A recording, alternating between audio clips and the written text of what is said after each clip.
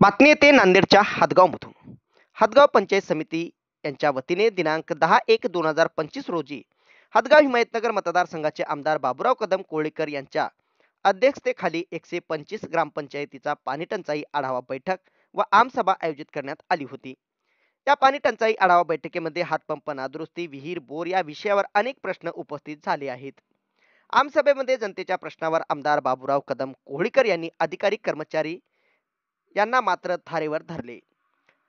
हर घर नळ जल जीवन मिशन अंतर्गत बोगस कामे, अनेक ग्रामपंचायतीचे बोगस कामे, राशन कार्ड, घरकुल योजना, जिओ टॅगिंग करण्यासाठी काही कर्मचाऱ्यांनी पैसे घेतल्याचा आरोप सुद्धा या आमसभेमध्ये कर्मचाऱ्यावर झाला आहे.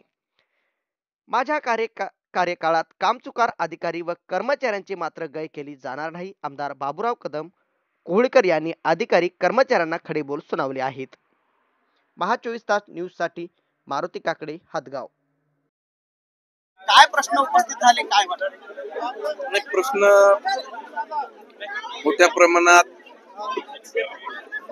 पांधन रस्त्याच्या अतिक्रमणाच्या संदर्भात असतील, मोठ्या प्रमाणात रेशन कार्डाच्या संदर्भात असतील,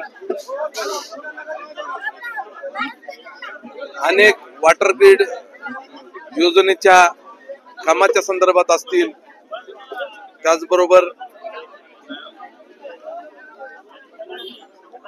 विद्युत महावितरणचे असतील, तालुक्यातील 125 गावच्या सरपंचांनी पाणी टंचाईच्या माध्यमातून आपल्या व्यथा मांडलेल्या आहेत. त्याचबरोबर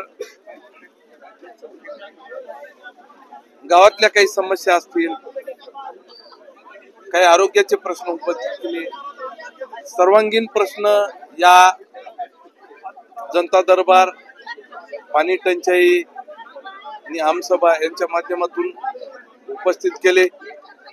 निश्चितच तालुक्याचा आमदार या नात्यानं निवडून आल्याच्या नंतर तो कोण्या पक्षाचा नसून त्या तालुक्यातल्या सर्व जनतेचा मायबाप म्हणून काम तर करणारच आहे, परंतु इथलं जे शिस्त कुठंतरी खंडित झालेली आहे, ती शिस्त पहिले लावण्याचा मी निश्चित प्रयत्न करणार आहे.